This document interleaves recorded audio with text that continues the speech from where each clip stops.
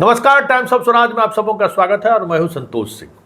और times of Swaraj में बात कर रहे हैं नीतीश के गुगली की। जी हां, नीतीश ने आज जिस तरीके से मोदी पर हमला बोला है और हमला बोलने का जो अंदाज था और जो बॉडी लैंग्वेज था वो दिखा रहा था कि नीतीश कितने कॉन्फिडेंस में है। उन्होंने ये भी कह दिया कि जो घबराहट है, कल सदन में जो वो भाषण दे रहे थे, भाषण के दौरान उनके चेहरे पर जो घबराहट दिख रही थी, विषय से जो विषयांतर हो रहे थे, वो स्वाभाविक था। जिस तरीके से टीम इंडिया का गठन हुआ है और कई नए नए लोग शामिल हो रहे हैं, स्वाभाविक है वो उनका पटरी से उतरना, स्वाभाविक है उनका मानसिक संतुलन बिगड़ना, स्वाभाविक है उनका जुबान फिसलना। मतलब पहली बार नीतीश कुमार ने का आज बदला बदला सा नजर आ रहा था, और वो भी मोदी पर बोलते हुए। बात यही समाप्त उन्होंने नहीं कहा कि हर एक सीट पर कौन कहाँ लड़ेगा वो भी तय हो गया है। कुछ और पार्टियां साथ आ रही हैं, इशारा मायावती को लेकर थी। मतलब मायावती का भी आना लगभग तय हो गया है। इतना ही नहीं, उन्होंने कहा कि और करीब आने दीजिए, जो एनडीए है उस एनडीए में भी कई लोग इधर आ जाएं तो कोई बड़ी बात नहीं होगी। उन्होंने ये भी कहा कि जिस तरीके से देश के इतिहास और संवैधानिक इंस्टीट्यूशन को छेड़छाड़ की कोशिश हो रही है, देश बर्दाश्त नहीं करेगा। जरा सुनिए नीतीश क्या कह रहे हैं आज मोदी को लेकर। बोलते हैं अपना तो उनको अपने ढंग से लोग बोलते हैं, बिना मतलब की बात है। अपोजिशन ने कहा तो जब काम करना चाहिए ना तो काम नहीं हो रहा है।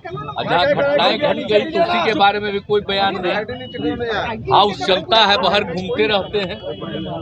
विपक्ष का अधिकार है किसी बात को रखना, तो उसको रख रहे हैं तो उनको दे। तो अब तो उनको परेशानी है ही न जी। अब इतनी पार्टियां एकजुट हो रही हैं, यही पटना से शुरू होकर के अब जानते हैं तीसरा भी अब होने वाला है। तो ये सब होने के बाद सब एकजुट होंगे और मिल करके, और जो कुछ भी होगा कि आगे क्या होना चाहिए, किस तरह से इस देश के विकास के लिए काम होना चाहिए, वो सारी बातें तय करके किया जाएगा। और कौन कहाँ से लड़ेंगे वो सब तय हो जाएगा। अब तो मीटिंग चल रही है, शुरू हो गई है। तो इसीलिए हम कह रहे हैं कि ये सब चूंकि हो रहा है तो परेशान है लोग, तो अपना रहे परेशान। हम लोग को क्या 2024 में बीजेपी साफ हो जाएगी बिहार से। बिल्कुल आप पक्का जान लीजिए, इसलिए घबराहट में है। अब इस बार तो आप अच्छी तरह जान लीजिए, जो हम इतने दिनों से लोगों को अनुरोध किए थे सब एकजुट हो गए हैं। अब इसका नतीजा जान लीजिए। देश के लोगों का अगर आप सही से पता कर लीजिए तो लोगों को लगता है कि ये लोग सिर्फ बिना मतलब का खाली प्रचार प्रसार करते हैं। कोई काम होता है जी? कोई विकास का काम हो रहा है? आप बोलिए ना। यहाँ पर जो भी हम लोग तीसरे नंबर पर न थे, क्या थे बताइए? 2005 में जीते तो कितना वोट आया हम लोगों को, कितना बीजेपी को आया, दूसरे को कितना आया, और 10 में क्या हुआ? 118, और दूसरे को कम आया तो कहेगा कि हम ही ज्यादा हैं। इस बार तो हम लोगों के साथ जो किया गया है, हराने का किया गया है, एजेंट को खड़ा करके अपना वोट दिया है, ये सब धंधा किया, तो वो सब करके ना ये हालत हुआ है। और जब कभी चुनाव हो जाएगा तब फिर आपको पता चलेगा। जनता को मालूम नहीं है जी कितना काम कर रहे हैं, और राज्य के हित में यहाँ काम कर रहे हैं, और सब लोगों को एक साथ होना चाहिए।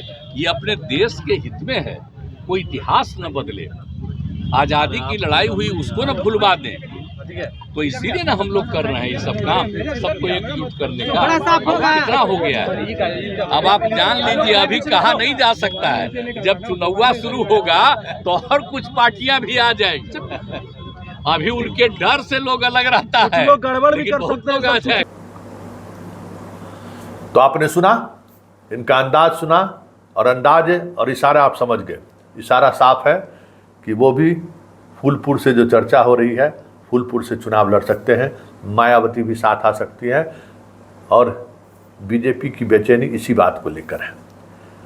स्वाभाविक तौर पर अगर 1 to 1 चीज़ें इसी तरीके से चलती रहीं तो 2024 में जो कहा जा रहा है, जो सर्वे आ रहा है, वो सर्वे कहीं इनके लिए परेशानी खड़ा कर दे तो कोई बड़ी बात नहीं होगी। क्योंकि मात्र अंतिम जो सर्वे अभी एक सप्ताह पहले आया है, उस सर्वे रिपोर्ट की अगर बात माने तो 5% वोट का अंतर रह गया है और 5% वोट की वजह से बीजेपी बहुमत में है। और अगर वो 5% वोट इधर शिफ्ट कर जाए तो वो सीधे 200 से नीचे चले आएंगे। इस तरीके की सर्वे रिपोर्ट भी आनी शुरू हो गई है। इतना ही नहीं, जो ग्राफ दिखा रहा था कि राहुल और मोदी में बहुत बड़ा फर्क है, वो फर्क भी सिमटते हुए अब 10-12% पर आकर ठहर सा गया है। मतलब जबकि काफ़ी वक्त है। कल भी उनके भाषण को अगर आप गौर करके देखिए तो जिस समय में कई चैनलों ने कहा कि भाई इस अविश्वास प्रस्ताव के साथ हैं या इस अविश्वास प्रस्ताव के साथ नहीं हैं, तो जो नहीं वाले लोग हैं उसकी संख्या काफ़ी कम थी। सारे लोग अविश्वास प्रस्ताव के पक्ष वाले थे। मतलब अधिकांश ट्विटर पे अविश्वास प्रस्ताव के पक्ष में लोग दिखे। अधिकांश फेसबुक पर जिसने भी ओपिनियन पोल किया, जिस चैनल ने भी किया, सारे जगह उनके अविश्वास प्रस्ताव के साथ खड़े थे कि इनको अविश्वास प्रस्ताव इन पर सही लाया गया और इन्हें मणिपुर के मसले पर बोलना चाहिए।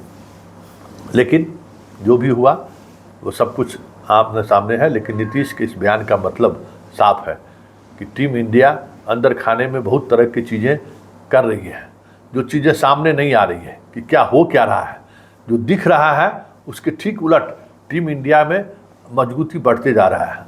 अरविंद केजरीवाल, जो कांग्रेस का नाम सुनते ही उनके चेहरे का रंग बदलने लगता था, वो राहुल और खड़गे को बधाई दिए हैं और कहा है कि ये जो सहयोग रहा है, जब तक ये पार्टी रहेगी ये सहयोग कभी भूल नहीं पाएगी। मतलब साफ है कि अरविंद केजरीवाल भी अब आने वाले समय में कांग्रेस के साथ मजबूत फेविकोल वाली जोर करने की कोशिश करेंगे। ये भी संकेत केजरीवाल की तरफ से चली आई है। देखिए, ये राजनीति है, समय के साथ चीज़ें बदलती रहती हैं और समय बहुत बलवान होता है और कब क्या कैसे हो जाए कहना मुश्किल है। किसी ने कभी सोचा था कि पटना में जिस मीटिंग का आधार तैयार किया जा रहा है, मुंबई पहुंचते पहुंचते ये शक्ल ले लेगा। और इस सबसे इतर जो लगातार मोदी जी का जो स्ट्राइक चल रहा है, सर्जिकल स्ट्राइक विपक्षियों के खिलाफ, वो भी एकजुट करने में मदद कर रहा है। चलिए अब देखिए आगे आगे होता है क्या।